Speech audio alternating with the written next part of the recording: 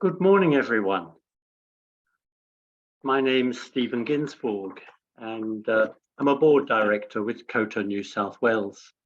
And I'm also a GP, and resilience is a capacity, indeed a quality, of great interest to me in my work. I'm filling in for Joan Hughes today. Joan is chairperson of COTA New South Wales, who, due to health reasons, sends her apologies. So welcome to today's COTA conversation. It's great to have so many of you joining us.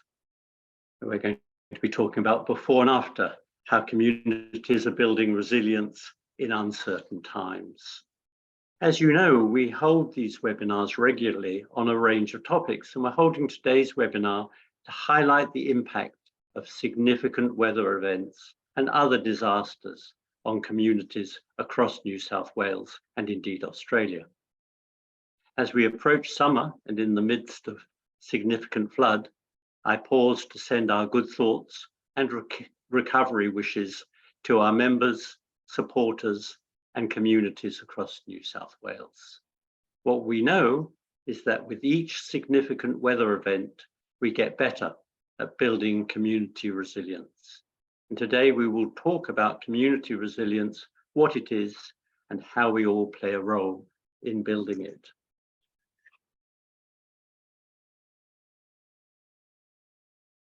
We have some very knowledgeable speakers with us today, and I encourage you to ask questions through the Q&A. We're joined by Ivan Peterson, Sarah Judd Lamb, Mim Gardner, Marie Fain, and Robin Wilms, and thank you so much for your time today. Before we get started, I'd like to acknowledge that we meet today on Aboriginal land, always was and always will be. And I pay my respect to elders past, present, and emerging.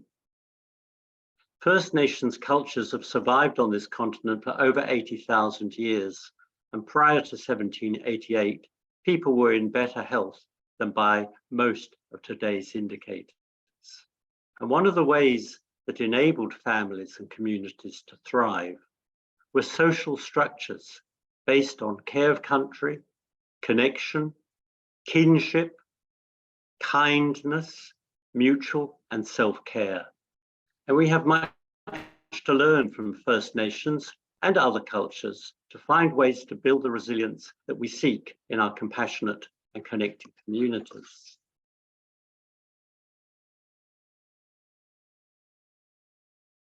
For those of you who aren't sure, by the way, I'm speaking from Gamaragal country this morning, and feel free to put where you're listening and watching this webinar from in the chat box if you'd like to. For those of you who aren't sure, COTA stands for Council on the Aging. We are the peak organisation for people over 50 in New South Wales. We're a policy and advocacy organisation, and we work with politicians, policy makers, service providers, and the media to make sure that the views of older people are heard and acted on.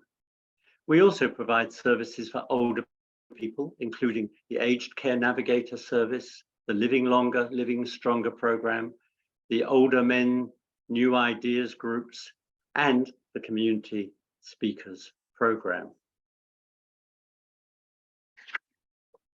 So, just a bit of housekeeping. Everyone except the presenters are on mute, and you aren't able to unmute yourself as this is a webinar, not a meeting. But you can ask your own questions at any time by typing them into the Q&A panel, and you can also upvote someone else's question if they're asking something you would like to know. And we'll be answering the questions during the panel discussion. We've got about 20 minutes to answer questions, so apologies if we don't get to everyone's question.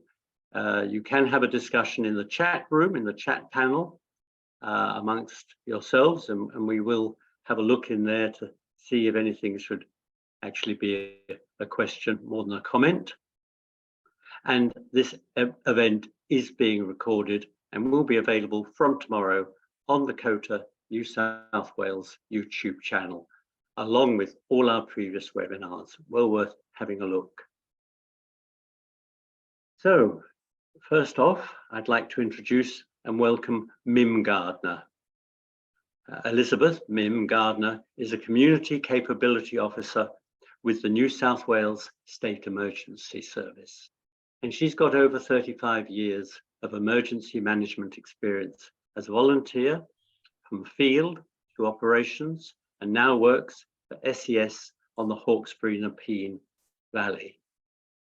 Flood risk management strategy with Infrastructure New South Wales to raise community awareness, preparedness and resilience for flood emergencies.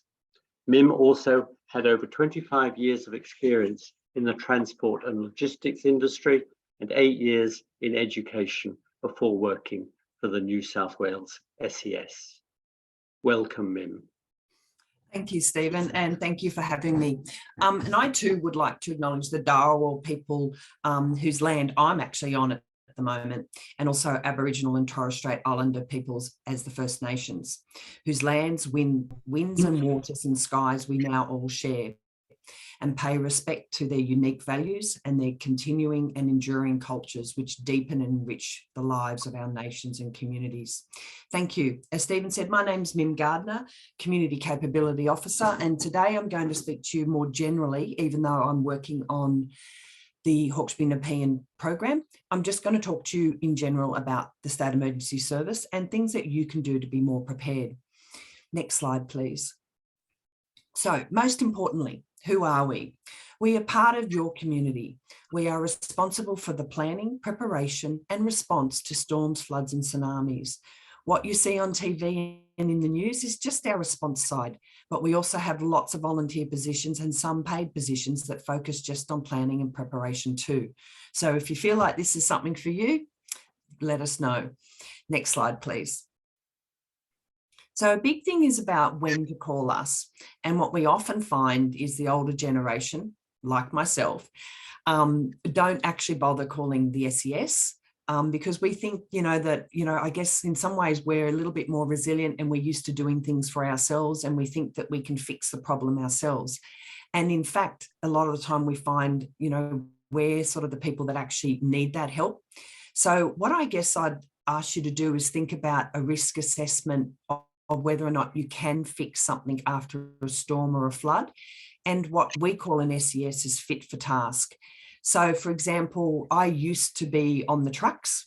Now my knees have got pretty much no cartilage left, and I would struggle now to get on my own roof. I can still climb a ladder to do my gutters, but I would get some help to get someone on my roof these days.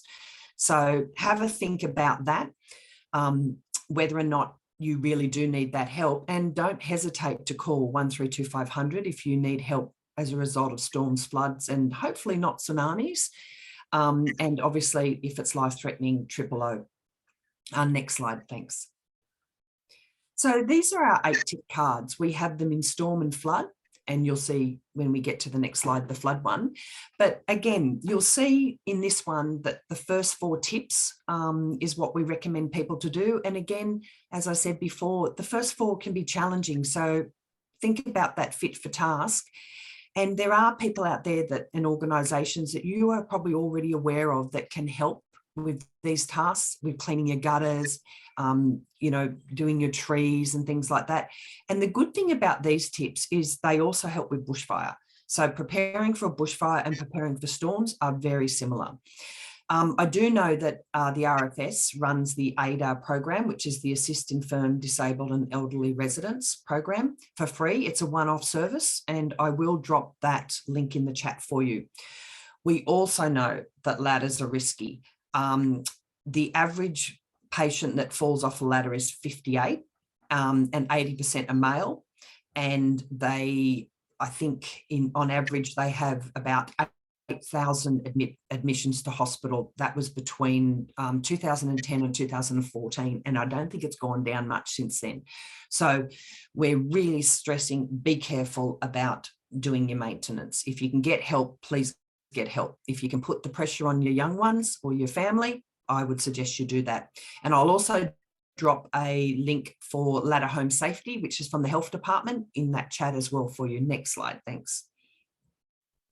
So this is an 8-tip card, and you can see that there's some similar tips on there, but something I'd like to draw your attention to is insurance. Not everyone can afford insurance, and we know that. If you can afford it, what we would ask you to do is review it, because the stats come out after all the disasters that we've seen is that people are usually underinsured or not insured. So if you can afford it, please have a look at it and see whether it does meet your situation and read that fine print. Next slide, thanks. So the good thing now too is that we're obviously learning more about different cultures, the CULD, which is the cultural and linguistic diverse communities. We have our website now. It's new, but it's still under development. It's still a little bit clunky. To find it, you might need to get that microscope out or that to have a look, but it's in the top right-hand corner of our website, and it says in language up the top. So we apologise that it's a little bit hidden up there, but we are working to put it in a more prominent space. But if you have any friends that English is a second language, we do have some resources in language now, which is great. Next slide, thanks. So what I want to talk to you about is, what a community is flood aware. What does that look like? Current research has indicated that some of the community believe that they've seen the biggest flood already. We need that community to understand that floods can get much bigger. They can happen any time of the year, and they're different every time. We know that humans are just not afraid of floods like they are fire. And this makes it very hard for us to convince people that they need to accept that risk seriously. So if we can ask you to think about that and understand that, I guess it's almost like an unconscious bias that we're just not scared of flood. We swim in rivers, we drink water, we use that word flood in our language every day. It's just not terrifying like fire, but it kills lots more people. So think about that. And when we ask you to look at how you're going to prepare for that, have a look at that and go on to what you can do is go on to our website, and we have specific information about the Hawkesbury Nepean, the Georges River and Northern Rivers. And for other areas, we have a little bit of information, but if you need property information, you do need to go to your council. Next slide, please. So what does a prepared community look like for flood? Well, having a plan is so important, and I'm not going to go into much detail about that because Marie from Peppercorn will talk about the PSEP program, which is the person-centred emergency preparedness.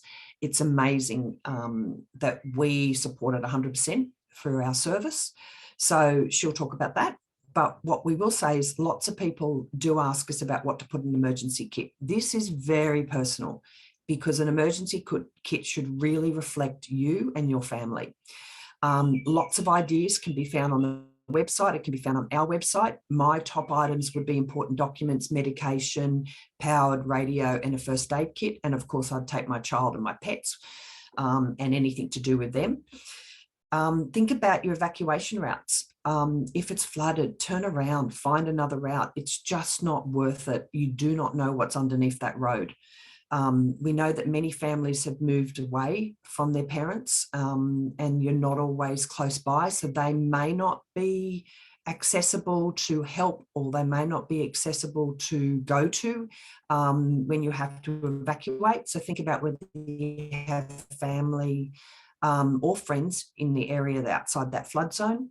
Don't forget, obviously, your animals. Evacuation centres will take your animals if that's the only place that you can go to. And lastly, but in some ways, I guess most importantly, you've got to look after your mental health.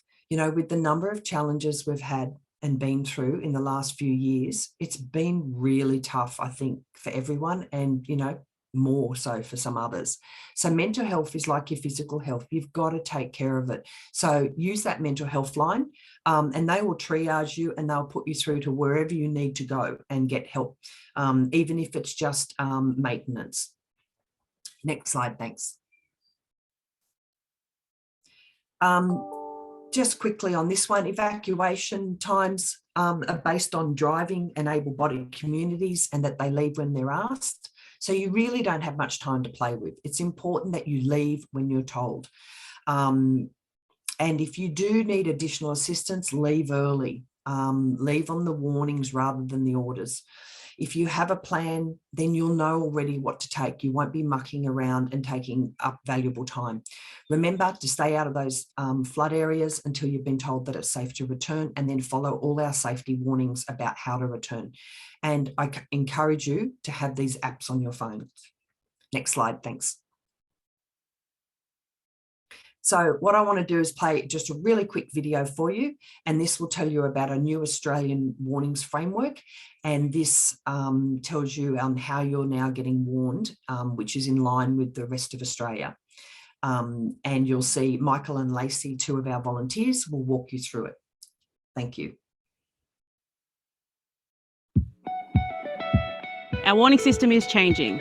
I'm Lacey, and in this video, Michael and I will be taking you through those changes.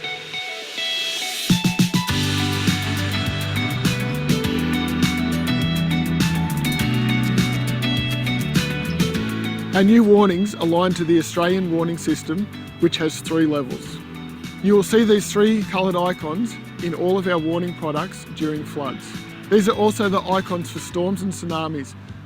Other agencies across Australia will also use similar icons for other hazards like bushfires and cyclones. Where you may have previously seen warnings like minor flood bulletin, major flood bulletin, or evacuation warning, these will now be simplified into these 3 warning levels. For each warning, the New South Wales SES will provide details about the hazard and where it is occurring, an action statement to advise you what you should do when the warning is received, and the warning level indicating the severity of the hazard. As the rain starts to fall and floodwaters rise, the New South Wales SES will issue warnings based on the level of risk and expected consequence to the community. If we receive information from the Bureau of Meteorology that minor flooding is expected or a flood watch is issued, we may issue an advice level warning. If floodwaters are expected to be moderate or major, we may issue a watch and act warning. If a community is likely to be significantly impacted by these floodwaters and we need to evacuate people, we will issue an emergency warning. Our new warnings framework provides greater flexibility, so we can issue warnings separate to the Bureau of Meteorology depending on the expected consequence. Follow the actions in the warning, which may include stay informed, prepare to evacuate, or move to higher ground. For more information, visit the New South Wales SES website at ses.nsw.gov.au.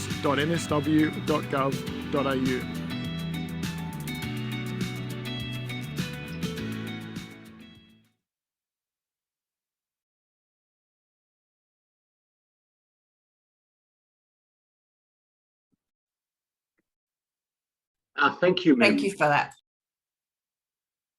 Thank you very much, Mim, and to the SES community, indeed built on the back of thousands of hours of volunteering, and thanks for taking care of communities. Thank you also for mentioning the mental health, the importance of mental health. Ian Hickey, one of our leading psychiatrists, simplifies how important it is to ask your neighbours, friends, anyone, how are you? How am I? How are we? It's surprisingly effective to get people talking and sharing. Now, there's some trouble with the chat room, and there's also was a black oblong on that last presentation, and I don't know, Megan, whether you can do anything about that. I see at the top of the screen it says a participant has enabled closed captioning, so I don't know if that's got something to do with it. So thank you again, Mim. And the second speaker is Sarah Judd Lamb from Carers New South Wales, a peak body representing those who care for loved ones. Sarah and the New South Wales Carers team is working on a natural disaster preparedness project. To tell us more, welcome Sarah. And I see someone, Sharon, is asking about a North Richmond Bridge so that her carers can get in to care for her. So welcome Sarah. Thanks, Stephen, and hello, everyone. I'm just going to share my slides. Just bear with me a moment. Hopefully that's showing up correctly now. Hasn't come up yet. Oh, there we go. Perfect. And no black oblongs, so we're all happy. Yep, excellent. I think that's to do with sharing the application rather than the screen. Great. So it should be fine. So good morning, everyone. As Stephen mentioned, I'm from Carers New South Wales, and we'll be speaking briefly to a new project that we're working on, but also some background to that as well. So I'm the Executive Manager, Policy Development and Research at Carers New South Wales. For those that are not familiar with our organisation, we represent family and friend carers. And so there's just some information about our organisation there.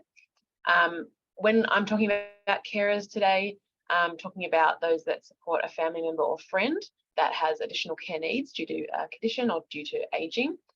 So I'm not talking about paid care workers or former volunteers or people in parental arrangements where the child does not have additional needs.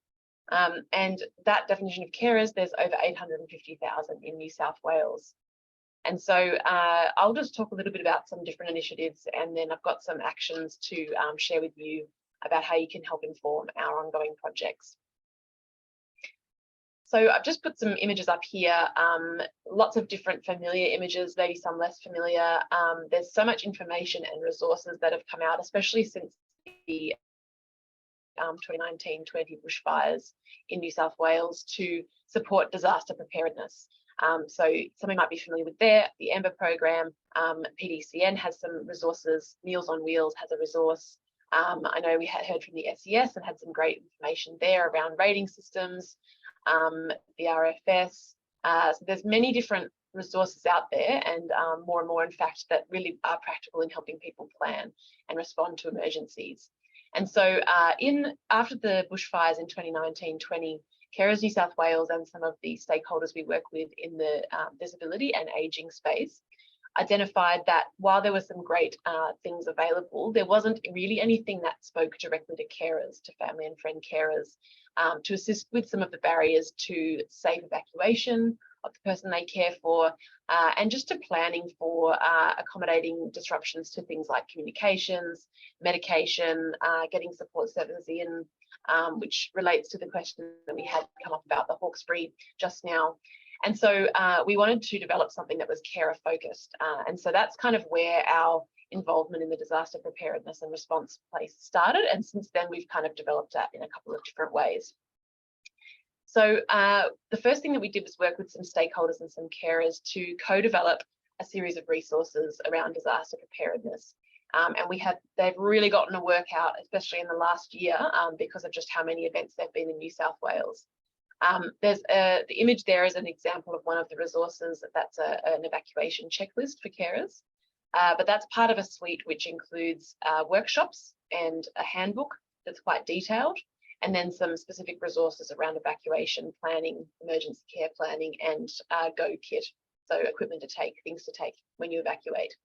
There's a short link there that should take you to those resources if you would like to have a look at them and download them. And then later at the end of the presentation, I have the links to our general training calendar on our website, where you can see scheduled sessions for this topic, but you're also welcome to request this content to be presented at groups and events if that's of interest. So that's our carer-focused resources. In 2022, we had obviously a huge escalation in flooding events in New South Wales, and what Carers New South Wales was able to do, and this was unplanned, but we were well positioned to do, was as Carer Gateway service provider in Northern New South Wales. So Carers New South Wales is the lead provider for the National Carer Gateway service system, in-person services delivered to family and friend carers in the regions Central Coast, Hunter New England and North Coast. And so we found ourselves with service delivery staff in many of the locations impacted multiple times this year by flooding events. And so we've been able to respond to that and mobilise flood navigation support, be present at evacuation centres, recovery centres, travel around with mobile units such as Service New South Wales. So we've had a really good opportunity as a statewide peak organisation to hear from the ground about some of the issues, and also just to provide practical support to carers, but also to other community members, including those accessing care services in Northern New South Wales. And so this has informed our service delivery as a Carer Gateway service provider, but also informed our statewide peak role in terms of systemic advocacy, research, and those different elements as well. And so just looking at the key issues experienced by carers in Northern New South Wales particularly, but also acknowledging that other parts of New South Wales have been affected, including the Hawkesbury, we just don't have as much of a hands-on presence in those areas.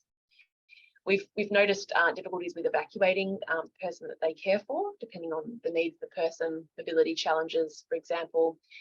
Accommodation is a huge problem, and our policy team meets regularly with our flood response team in Carer Gateway, and that has been the #1 problem in Northern New South Wales ongoing.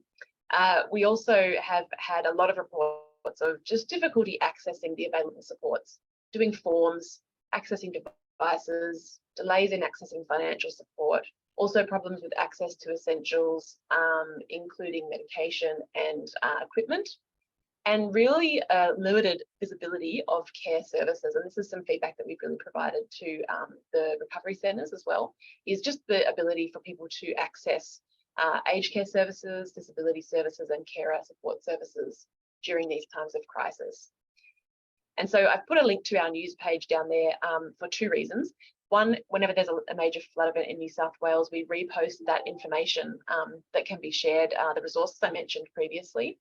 But also, we have just this week launched our pre-budget submission for the next state budget, and we do address some of the key recommendations and issues in that submission. So if people would like to see our position and those details a little bit more, then that's where you can find that currently. The key learnings, I guess, from this is that there's lots of work to be done around carer inclusive disaster preparedness, but also more broadly, inclusion of people with disability and older people in disaster preparedness. And we're not the only organisation working on that by any means, but I think there's been a real upsurge in awareness of that fact, and also resourcing, which is fantastic. And so one of the key things we wanted to work on further, in addition to the resources we developed, was to actually do some disaster preparedness ourselves. And so we went in for a grant to do that in partnership with some other organisations.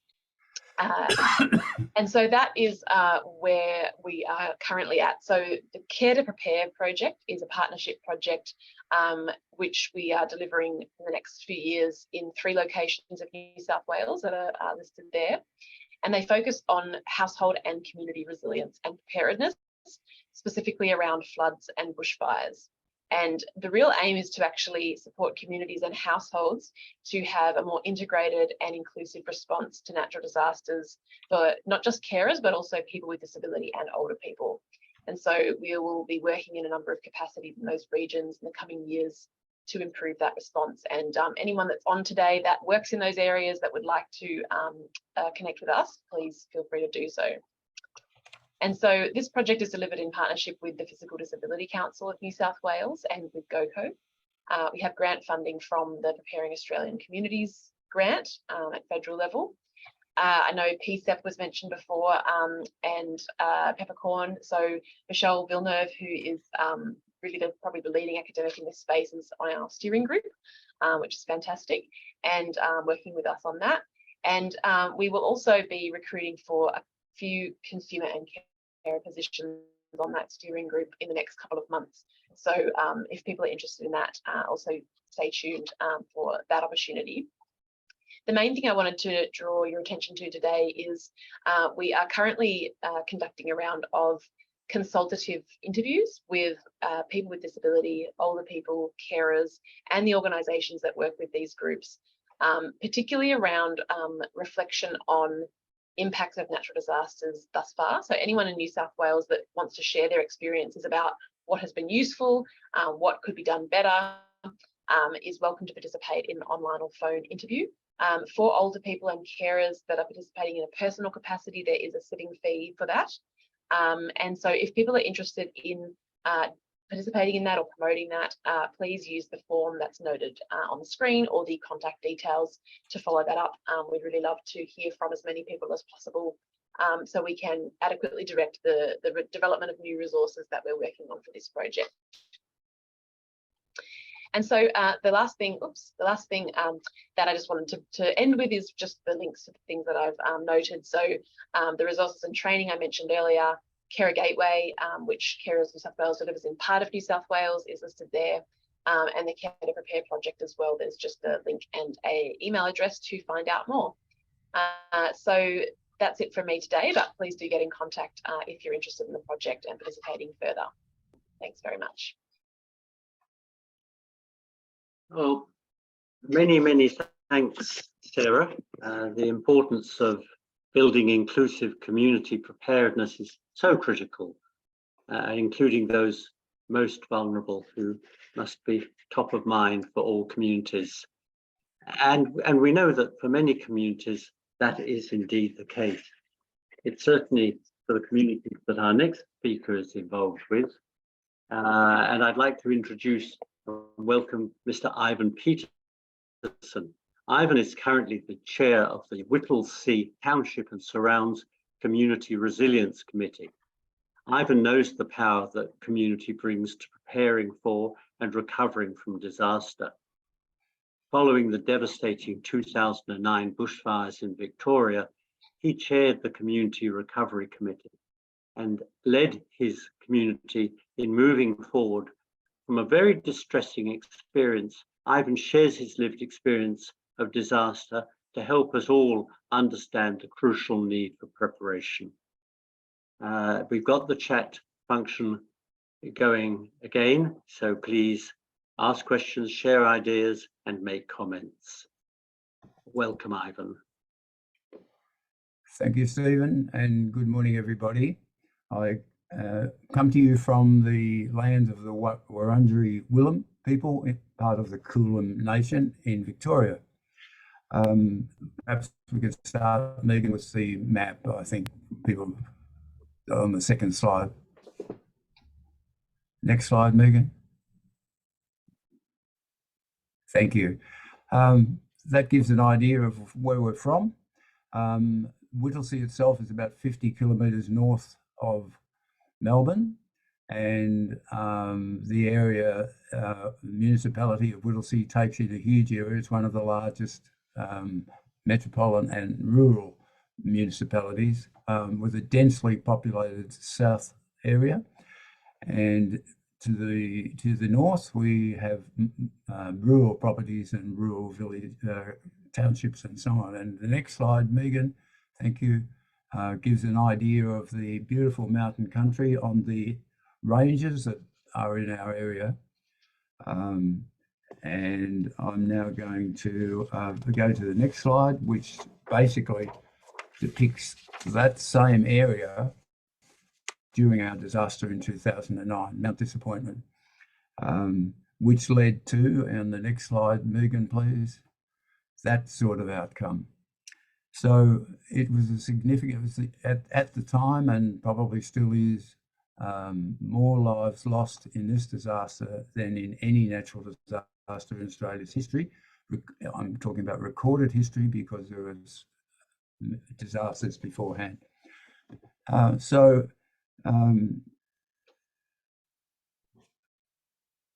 If we can go to the next slide, please, Megan.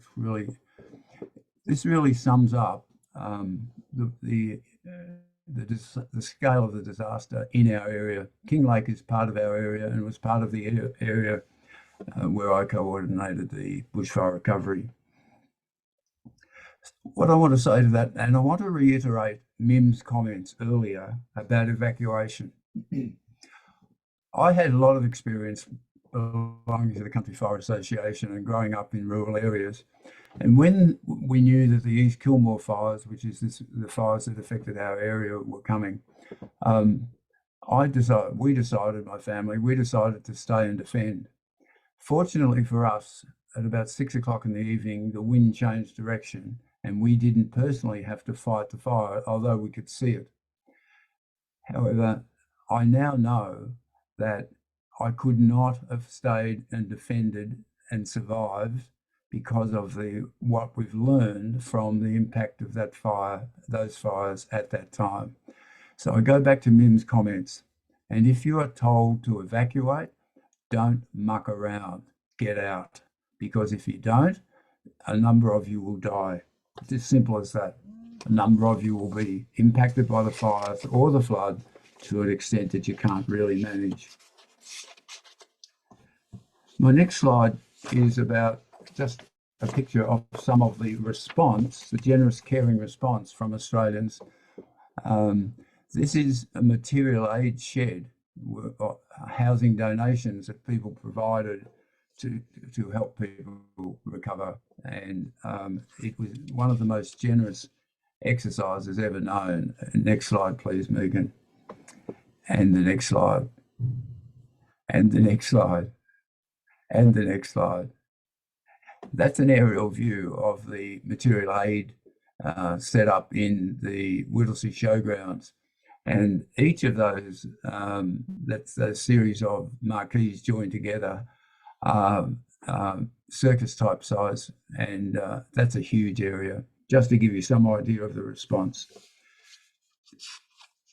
The thing about all of that is that it takes months it took us months to really get organised. Fortunately, our community was strong and we were a fairly tight community and we had good communication and we were able to work together and manage those sorts of things, the material aid and so on. But the biggest thing we've learned is that we weren't properly prepared at that time. Now, I've been involved in responding to emergencies over the years. This one was, of course, by far the biggest. What we have done, next slide, please. Our Community Recovery Committee, which was established within about a week, in the first week of recovery from the bushfire in 2009, was set up by local government and resourced by the state government. But in 2011, late 2011, there was this flood disaster in northern Victoria, and all the resources had to be switched to that. So we were basically in the community left on our own to respond to the needs at the time. The thing we learned, and we're talking about it today in this webinar, is to focus on before and after, but I would add during. So before, during, and after, we need to know who we are, how we're connected, and how know each other well enough to work together without question. So in 2012, the Community Recovery Committee finished its term, but we knew that recovery had by no means finished. So we morphed our Recovery Committee into the Whittlesea Township and Surrounds Community Resilience Committee. And that's exactly where we are now. In 2015, next slide please, Megan, we produced the Whittlesea Township and Surrounds Community Emergency Plan. That was the result of a number of years of consultation with the community, with emergency responders, with governments at all levels. We were supported by Monash and Sydney universities in the work that we did around this. And we produced this, what we thought was a really good community emergency plan. And the whole community was behind that plan. But what we found is that that's a nice plan and it sits on shelves, but it didn't really go anywhere. It's fundamental that unless a community's plan is recognised by the authorities who are mandated to respond to emergencies and emergency recovery, then it's not all that relevant. it's almost an academic exercise. At the moment, we're going through a process of upgrading, reformatting, and rewriting our community plan. This time, it'll be part of the municipal emergency plan, which is part of the state emergency plan. And of course, that gives it some strength, some legitimacy, and we're able to, in the event of an emergency, it will also be declared as part of the mandated action. I realise we're very running behind time, and the sort of work that we're doing and that I'd like to do would be at least a half-day seminar. And in some cases, we've done one-day seminars at various municipalities around Victoria to help them prepare their community emergency plan. So the future. Ivan, don't feel that you can't carry on. We're doing fine for time. Okay, thank you, Stephen. We move to the next slide, please, Megan. Just I use this one at our workshops because when we do workshops in our communities around the Whittlesea, Kinglake area, the areas that were impacted by bushfire, that's what people think about, bushfires. But that's a photograph taken 2 years afterwards in the township of Whittlesea, just to remind people that there are other types of emergencies which we also need to be prepared for. And the preparation, next slide please, Megan. We are working on a community emergency network. To do that, we have to work with all of the community groups, and you can see there community resources, sporting, churches, service clubs, traders, welfare groups, vets and animal welfare. And I think what's blacked out behind there is the primary industry groups, farmers and the like. We're working on building that community emergency network. I spoke to the Whittlesea Lions last week. I'm speaking to the Whittlesea Rotary Club next month about building this network so that we all have a part to play. We know what that part to play is, and we know what the other groups in the community, what their parts to play are. And we have the Community Emergency Resilience Committee in the middle of that circular diagram as the hub and the controllers and the coordinators of the recovery process, emergency response and recovery process.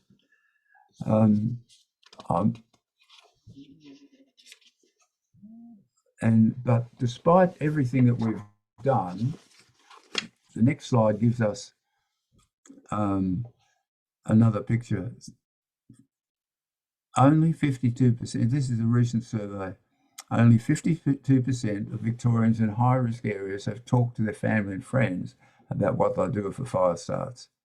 And the question there is, have you? And the point is, this webinar that we're joining today, what I pray and hope is that it motivates all of you to go out and encourage your community to address the issue. And I've got written alongside my notes for this particular slide, challenge is educate, educate, educate, educate about the necessity to be prepared. Australians are pretty relaxed, easygoing people, and we all know about she'll be right. Well, she won't be right. And there'll be a time when we need to take action. When I mentioned about taking action, and there's an old adage, isn't there? If it is to be, it is up to me. So each one of us can do something about being prepared, having our family prepared, but also helping the community be prepared. The previous speaker spoke about carers. Know your neighbours, know what their needs are, because your outside carers and people from other places might not have the time or the chance to get into your community. Know your community, know your people, and be prepared to respond. And I've got written here on my notes 2 big words: get out. And I can't emphasize enough how important it is in the event of approaching fire and flood to get out and be safe. But the community must bond And that's my message for all communities. Communities must bond and be clear in an emergency about who does what, who leads the community, and what resources are available.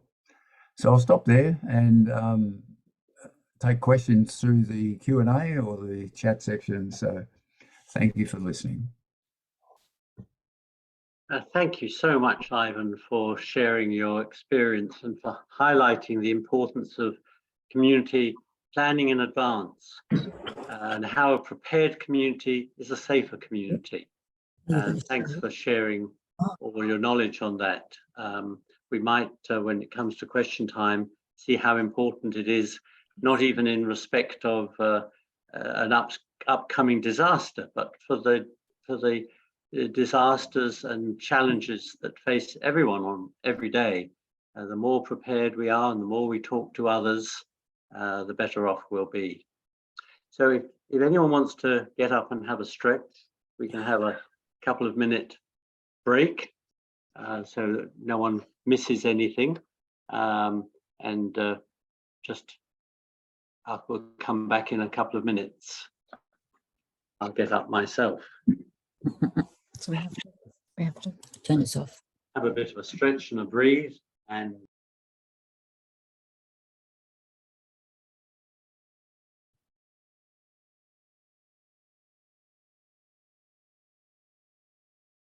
start recording. So our next speakers are Robin Wilm and Marie Fain from the Peppercorn Community Services in the Hawkesbury. Robin is the team leader of the Recovery Support Services. Marie is the team leader of the Person-Centered Emergency Planning Programme, and both have many years in community services and are passionate about supporting people in the community. And they will share findings of their conversations with Hawkesbury locals about the importance of being prepared. Be prepared. Thank you, Stephen. My name's Robin. I'd also like to acknowledge the traditional lands on which Marie and I meet today with you guys. We meet on Darug land, and I'd like to pay my respects to elders past, present and emerging. As Stephen introduced us, we are from Peppercorn, and I am the team leader by Resilience New South Wales. Oh my God, Marie. Sorry, what am I going to do? I'm going to stop sharing. Okay, we're having a problem. Okay, so when a flood happens, there is a place-based recovery response. Number one, they will set up evacuation centres and organise emergency accommodation, food, showers, etc. Then the recovery centres open, which is basically a one-stop shop where dozens of services are under the same roof to make it easier for people. And that's where Peppercorn step in at that point. So we also assist a lot of people in the recovery centres to navigate this, as it is very, very overwhelming. Peppercorn, we cover over 6 LGAs, not just the Hawkesbury. And we have quite a diverse range of people that try to access our support, and they're affected in many ways. So the properties can vary from a single dwelling through to caravan parks, acreage farms. I include turf farms, vegetables, cattle, and even oyster farms. So we cover up the Central Coast as well. These multiple events really result in cumulative stress. And so, as you know, we've had the fires, COVID, and multiple flood events in this area. And that has resulted in significant trauma impacts on people, both direct trauma and vicarious trauma. This can lead to long-term mental health issues, and some people often even develop PTSD. So they can present with a variety of issues. So lost homes, lost sentimental items, no access to power for days or phone services, no food, roads blocked. Sometimes emergency services can't get to them. And in these instances, these people rely heavily on their bush telegraph, if we're talking about resilience, and the broader community during disasters. Additional trauma and events can be women giving birth during an event, or, you know, worst case, a loved one passing away. There can be some quite devastating issues that arise in this space. So Peppercorn provide lots of emotional support during these times, and we work from a trauma-informed perspective. We provide case management, which is a collaborative process used to assess, plan and implement solutions that will meet individual needs. We work with many services in our local area to meet the needs of these flood victims.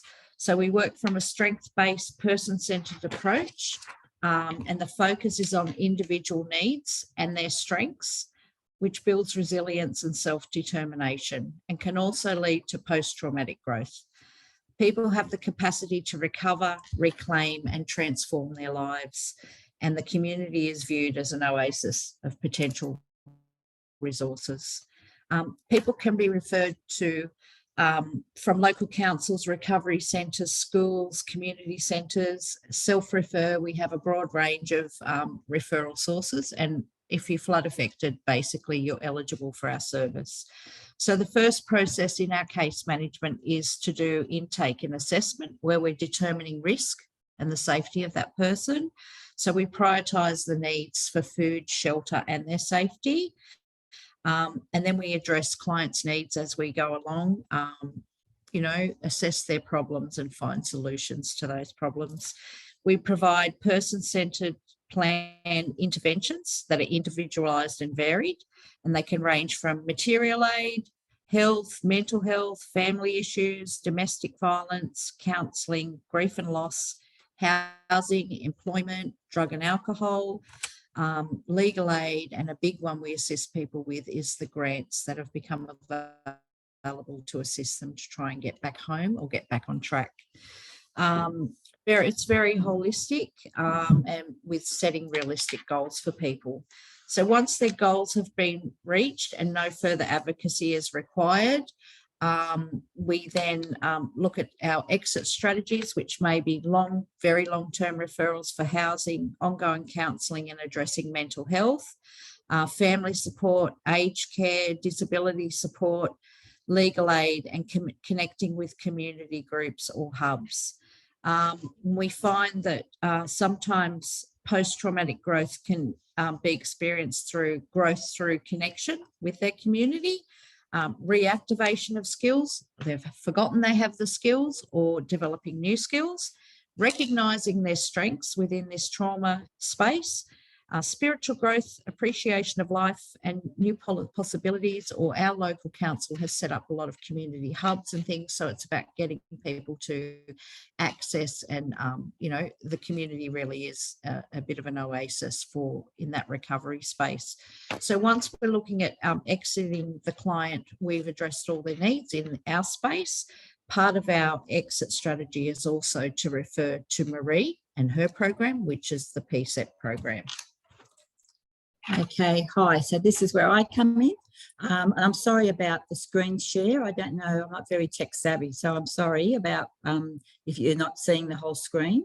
What I'd like to say is I originally started as part of the RSS team, and through that we identified that the people that didn't really have a voice during the floods that we had in the Hawkesbury were seniors and people with disability. They seemed to be as a disadvantage when it came to preparedness. So the PSEP, which is person-centred emergency preparedness, is actually focused on seniors in the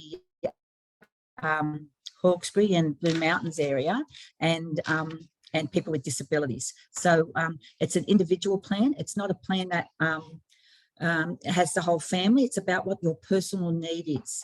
And what we do is we explain to people that natural disasters are like house fire, flood, heat waves, and it can be any sort of emergency, what is most relevant to them.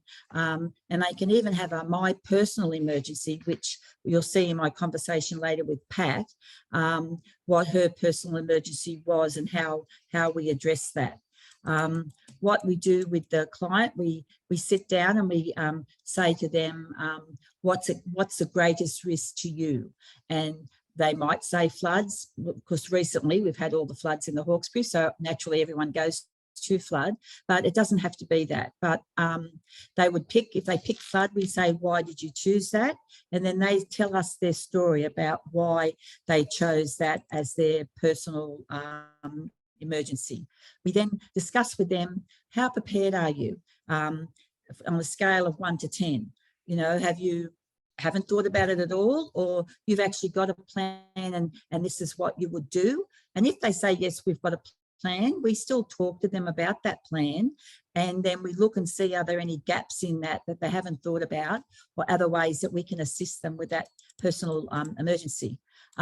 Next, we talk about what my role is in putting a plan together, and their role. So we need to understand their risks. We need to make the plan. We need to be aware and stay alert for any other hazards that may occur, like during fire and flood. You also have power outage, so we talk about those sort of things too, and listen to the warnings and act together with a support network that you've put together in your plan. So when your emergency occurs, look at that plan and say, you know, this is the steps I need to do. So when you put the plan together, we start with four simple steps. So we're identifying the risks and supports that the people have in everyday life. Know your level of emergency preparedness. Some things they'll be prepared for, other things they may not have thought about. Plan for how you will manage your support needs in that emergency. So if they plan to evacuate, what do they need to evacuate? Who do they need to call? Do they have their own car if they've got a disability and they need a car that has a disability transport? They need to get that booked in advance. So think about it in advance. Don't wait till the last minute. When they put a plan together, they need to think about communicating that plan to their loved ones and to the people that they've included in that plan, because no use putting someone in a plan and they don't know they're there. So we encourage them to share that plan and talk about it with their loved ones and their family and their community. This is the person-centered emergency preparedness wheel that we discussed. It's in the workbook that we give to the client.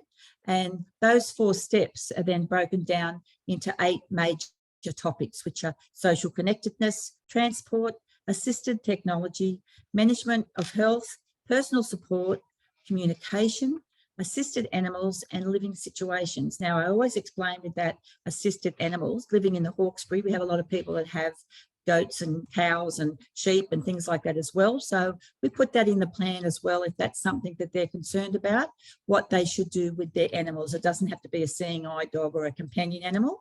It can just be their pet, their cat or their rabbit or their guinea pig or whatever they've got. So that goes into their plan as well. So the principles behind our plan is that emergency preparedness is a process. So we might meet the first time and have a conversation.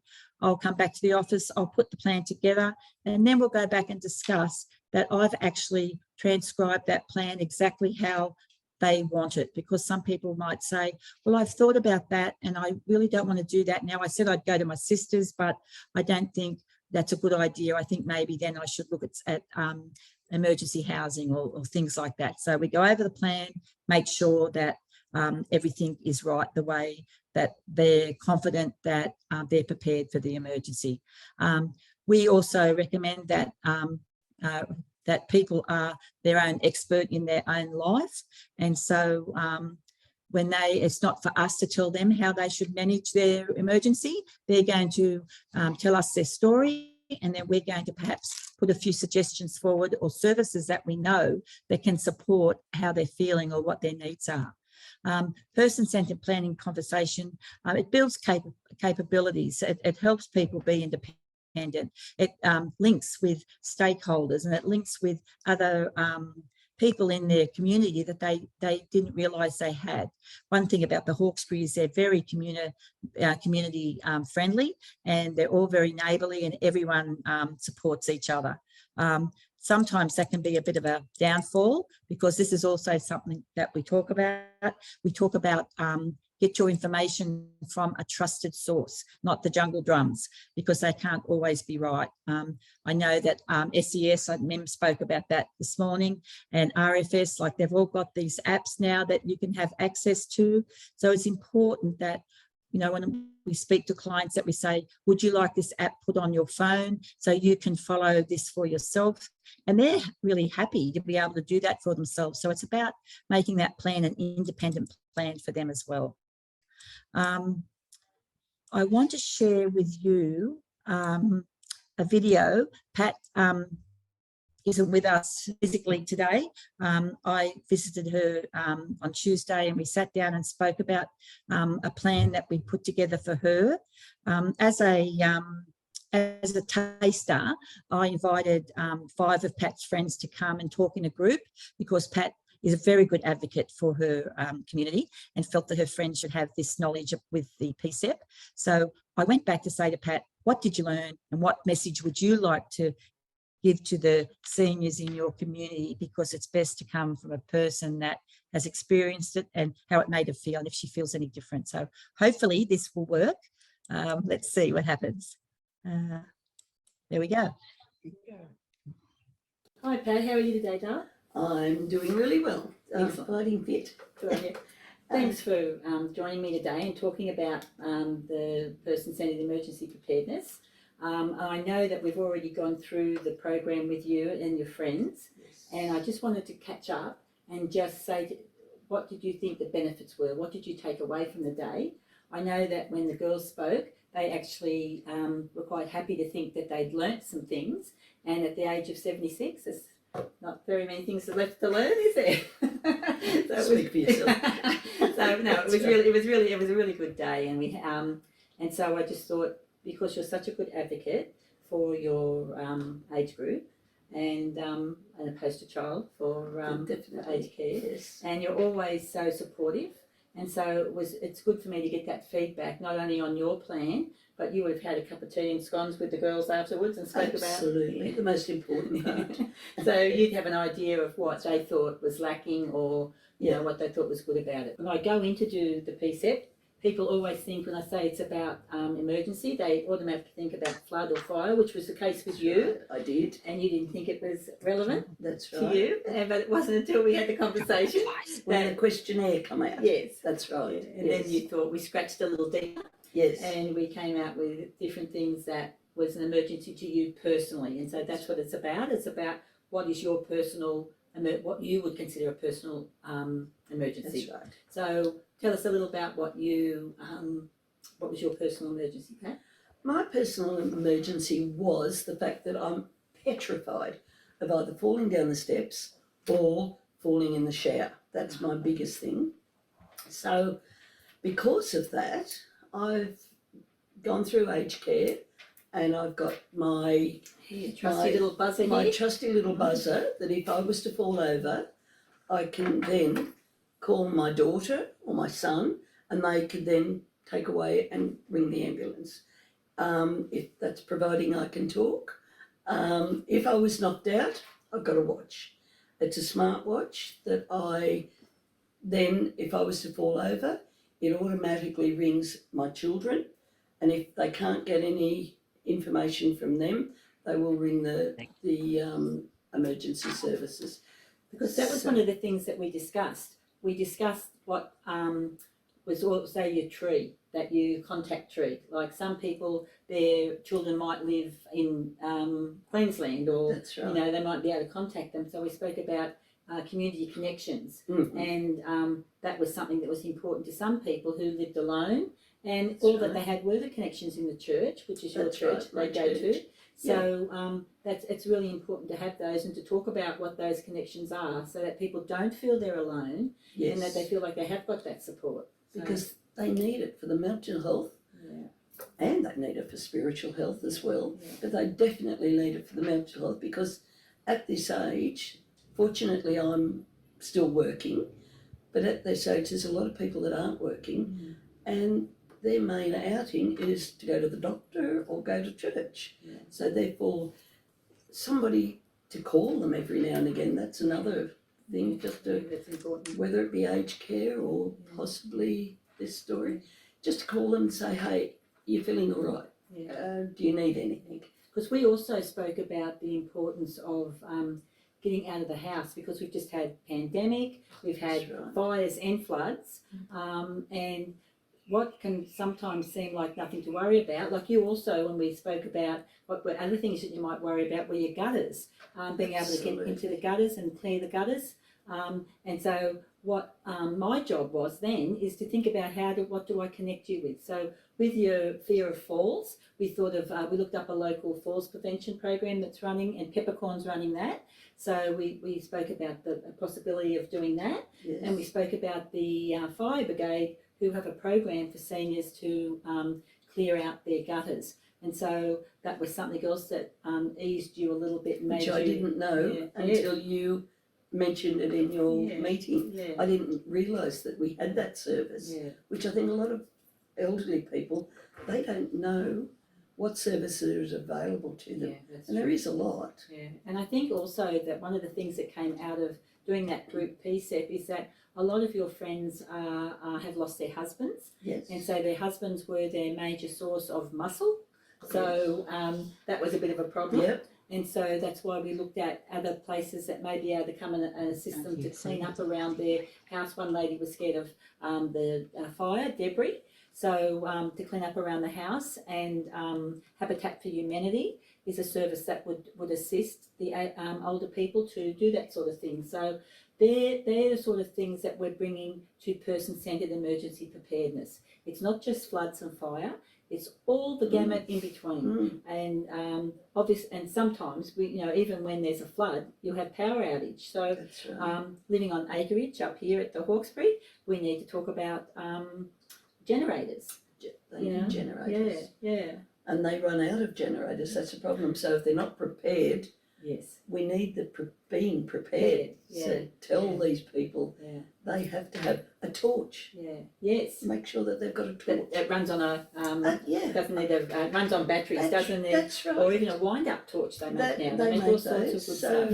Yeah. That to me is a plus. They need little packages made up of, whether it be a bit of medication, because again, where do you put your medication? Yeah. You throw it in the cupboard, and then if I had to get out now, I'd be scrambling. Yeah. Because I know where my medication is, but I would be scrambling. I look at it and think, I need a little packet. Little go bag. A little go bag with my medication and my torch, so I can just up and run. Yeah. Well, this is what the PCEP is supposed to prepare you with, and you're a naughty girl, you didn't do your homework, because otherwise you would have a go bag. Yes, I was thinking that as I said it, because I haven't got my go bag. I've got a go bag with undies in it. Yeah. A hospital go bag. Mum always had one of them. Absolutely. Yes, but those are the sort of things that we really need to push. Yeah. Because I think me, and along with quite a few other people, wouldn't have it. Yeah. Yes, and that's exactly the case. I mean, I've got the fire blanket and I've got all these things, but I haven't got a go bag. Yeah. So they and you have pets too. So we spoke about pets. Yes. So pets were another big thing for our older generation, because they worry about where their pets are going to go. And I know in the last floods, at least 5 people I spoke to didn't want to leave because they had cats or a dog that they couldn't take to the. They were given emergency housing or accommodation, but they couldn't take the dog or the cat. So that's important that's looked into as well. And it is something too that they need to know. I know they're now trying to get it so that we know where to go for evacuation. That is, here, the flood before last, I think it was, there wasn't an evacuation centre here at North Richmond. Nobody knew, and half these people on the road got evacuated. Yeah. Nobody knew where to get. That was a real scramble. So, but I believe that that's coming. Yeah. And I think that we should get it right. This is about the 4th time we've been down through floods, so we should get it right by now. And council has been very good with getting a preparedness and SES and RFS. Everybody, we've got all the big guys in there, trying to get it together. That's right. But that's why it's important for you to have your plan, so at least you feel confident Yes. that you've got the information you need. So That's exactly if you need right. to go to the evacuation centre at the North Richmond Neighbourhood Centre, that's where you need to go, and you've got your go bag and your cat in its basket, and you can away you yeah, go. Exactly. And have your leads ready. Yeah, exactly. Yes, you definitely need all of that. Because now with medication, a lot of you can have what they call e-scripts, and you can have so that isn't so much a worry, because you can contact your doctor, and they send them to the chemist, no matter where they are, give them the number, and you'll get your prescription. So that's important. Okay, Pat, so winding up, or getting to the pointy edge of our conversation. Yes. As an advocate, which you're a great advocate for in your community, what's a message that you would like to get out there for the people that you know haven't got this wonderful plan or haven't got any plan? What would you say would be the main thing for them to do? Part of that would be in this area, possibly ring peppercorn. That would be a plus.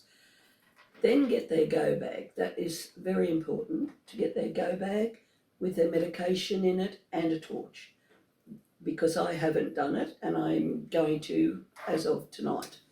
I will do that. But these are the sort of things that we need to be able to, as an older person, and possibly have a phone that you can read, a larger Big print. screen, larger screen. And we also spoke about with being tech savvy, because they've brought out all these great apps now to find my fire, or how high the water is and things like that. Yep. But you've got to have the savviness to put the app on your phone. Precisely. So that's another. Those are the things I think as an older person, we need to know how, because half of them don't even know that those apps are available and how to put them on. You need to know, or get somebody to put them on for you, get your relatives, put them on and know how to work them. Yeah, get one of the kids, they always know everything, don't they? Precisely, yes. That's right. So, so that's... Excellent. So thank you so much. You know, I love talking to you. And we will talk again. Pat and I are real natural talkers, aren't we? But that's what makes PCEP so easy, because it is a conversation. It's a conversation you would have with your neighbour, a conversation you would have, with a friend. And we certainly take that attitude. When we come into your home, you're welcoming us into your home, and we want the best possible outcome for you. So we're interested in your family, we're interested in your community connections, your animals. So, it's just about you tell us your story, and then we see how you fit into a plan which will make you feel safer in your community and in your environment. So next time your emergency occurs, you go, thank God for PCEP, because I think that's where we. Hey, thanks very much for that. I'm sorry if the video went a little bit over, but I think we tried to cover everything that we had in the plan. It is a very good program, and the seniors are really good at expressing what they need, and just so many things that we've learned, that the supports that are out there have been really great. So it'll definitely improve the knowledge and dare say the lives of some of the elder people and people with disabilities in our community. So thank you for having both Robin and I today. We've really enjoyed listening. Thank you so much. I thought that video had so much in it that we can learn from. And it doesn't have to be professionals reaching in. It can be your neighbours, your friends. Exactly. And sharing the knowledge. Someone will always know something. We all have strengths. We also spoke about it takes a village. And, and that's what we say, we're a village here, and everyone is always so helpful. It's really good. Yeah. And some people say, well, it might be working all right in the country, but not so in towns. But during COVID, we found that people, the street was the village, the neighbours were the village. So this, I think, is very helpful. And Robin, that was great to bring that to us. And indeed, thank you to all the presenters. I think someone put in the chat how much they have appreciated what you've told us all today. So we're going to move on to just a few minutes of discussion now. So I just got one question off the questions. Annie asked, where in her package she's got an aged care package, but how does she access this kind of informational support? And she said no one ever gives this kind of support. She gets the person in for the usual services, but this is absent. And I think, in my experience working with people, it is something which is neglected, and that is the connection between people. And we know now how much that affects our health. If we're connected, our health will improve. So do we have to rely on the professionals to give us that connection? What do you all think? I mean, how much do you feel people are keen to help and reach in if asked? Open to anyone to answer, because it is all about reaching in to friends, neighbours, having conversations. Stephen, I just put up in the chat, where does Annie live? Like, what area is Annie living in? She may answer. She may answer. Because PCEP is in many areas and available to Annie. Because we do the Hawkesbury and the Blue Mountains, but I do know that they do train other people, or PCEP has done training all over New South Wales. So I'll let Annie lives in Tamworth. Okay. Marie, I think the best option is I can drop the link. I'll drop the link into the chat. Yep. Is to go straight to the website and put an inquiry in. Yes, very good. And they'll be able to direct them into whoever's in that area, because there's lots of programs running across the state. Yeah. The other thing to add is that we are doing our supports in Gunnedah. Yes, which is near Tamworth. And have carer gateway services in that area. So Annie, that might be a connection to make I don't know if we're able to provide that. I think that's wonderful. There is a difference between services and providers, of course, and the community in general, because there'll never be enough financing and funds to provide enough services. So what I think Ivan was talking about, which was the community resilience, the people helping people, not in any way to underestimate the importance of the providers and the services, but communities will benefit by starting up their own programs and attracting people who know more than one or another person might know.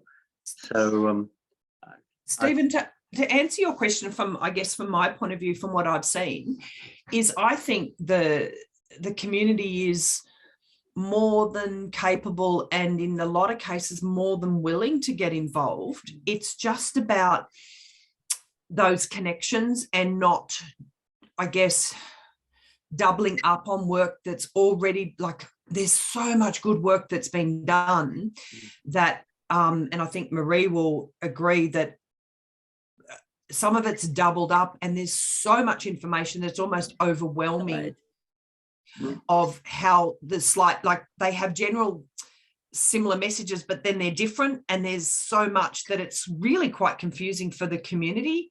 And I know certainly in the Hawkesbury, we've actually employed a consultant to actually speak to all the stakeholders over the Hawkesbury to try and bring together all local, state and federal together to look at all our programs to see where we're doubling up, and actually trying to make sure that we're not wasting resources to try and get some more consistency messaging out around all hazards, just to try and simplify some of this stuff and not double up. So I guess what I would say is anyone from the community that wants to get involved, do it, but do the research first of who's already done it, because quite often you can just tweak someone else's stuff and it saves a lot of time, and then you can spend that money pushing it out to the community rather than the design of it.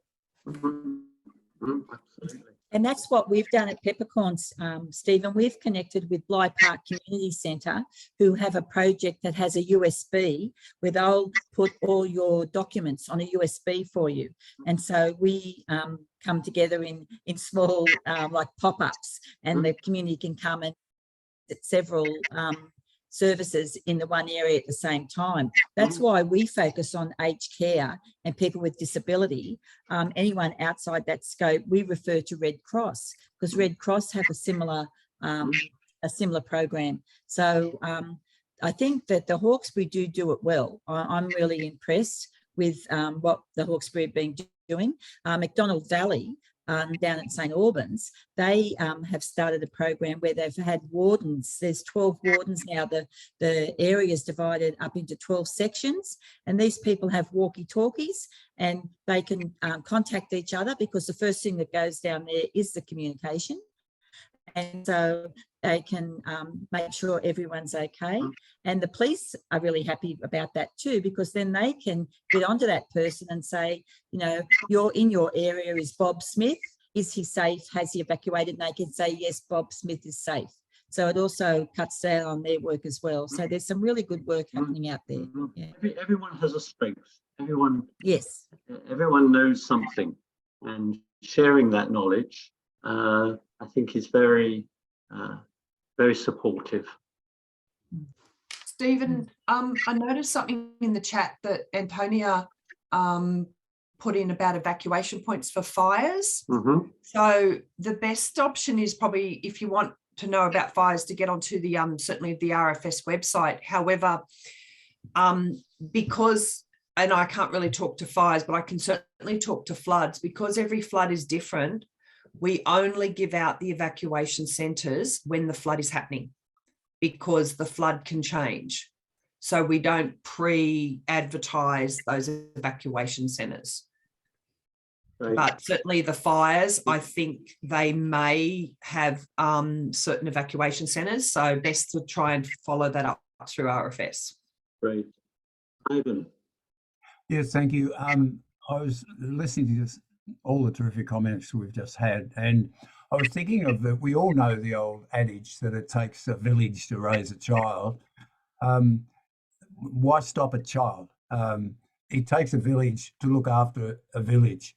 And I was even some of the comments about including Red Cross and including various agencies and so on. Excuse me. There are some villages, small, tiny places that don't have agencies at all. They only have each other, maybe the local CWA or the school council or something. But if I could just emphasise that community network diagram that I put up when I did my sloppy presentation earlier, that's, for me, that's the crux. That's the thing that we need to establish in just about everything. The lady Annie, who was from Tamworth or her area, needs a community network. Now, I don't know, they may have it and she may be able to connect to it, but I really, really promote the community network concept. And it takes leadership from within the community to actually establish that. And it might be the chair of, a particular group, Rotary or whatever, or maybe church leadership. I mean, there are leaders, natural leaders in every community, and if we get behind them and build those networks, then we're all in a much better place before, during, and after, and much more able to respond as families, as groups, as villages. So I just really push and plug at every opportunity the case for developing those networks, and then letting all the authorities know that those networks exist, so that when groups like Mim and her team come into the area, the group's already there. She connects with that, and she's got the whole community in the network. So that's my very wise words. There is a saying that goes with that, which is leading by stepping back. That you lead to start with, and then you find the time that's appropriate to step back and give others a chance to lead as well. And then you get shared leadership, and then you're off and running.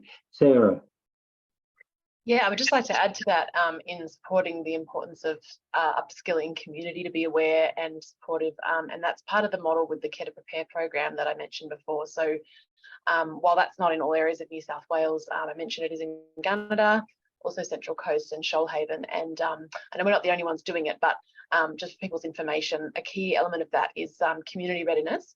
And our team has just kicked off, I guess, mapping, and then is going to be doing some tailored assistance to a whole range of local stakeholders in those communities, from sort of the council to sort of the standard community service organisations, but also including local business, and really trying to find where there's gaps around inclusive preparedness. So I think often there'll be preparedness in place, but just looking a bit more broadly and creatively at local community stakeholders that might just be able to look out for people or in their own way support local efforts, so that there is that more kind of networked response. Because as a number of people have mentioned, it can't rely only on sort of the professionals, and particularly in the emergency response, you know, that's often delayed, or you know, it does end as well. So definitely that's something, and if anyone's in those areas would like to benefit from that or participate in that, we'll be setting up some community networks, but also happy to share that information and model with other areas as well if that's of interest. That's great. I mean, people often talk about empowering communities, but actually communities have a lot of power, and it's really everyone helping each other to find and support each other's power and knowledge. So thank you, everyone. I suppose, you know, by being connected with neighbours, peers, friends, new and old, you'll be prepared for anything of any nature that might come your way. And then everyone will have resilience and each other's back. So I think it's been inspirational what you've all given us today. And I thank you very much, Ivan, Sarah, Mim, Marie, Robin and Pat. And thank you for taking the time. There will be an email going out to attendees in the next few days, and it will include a link to the report as well as a link to the COTA New South Wales YouTube channel, so that you can share today's webinar with friends and family. And that's part of it, it's spreading it round. You know, you want to hear how to start. It takes a village. Well, this is a good way to start it off, isn't it? COTA New South Wales has a regular series of webinars. One of them not that long ago was on loneliness and how important social isolation is, and moving to alleviate social isolation, how important that is for our health.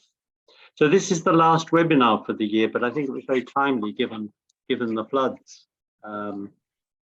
I heard on the ABC last night from Forbes, they said, community spirit drives resilience.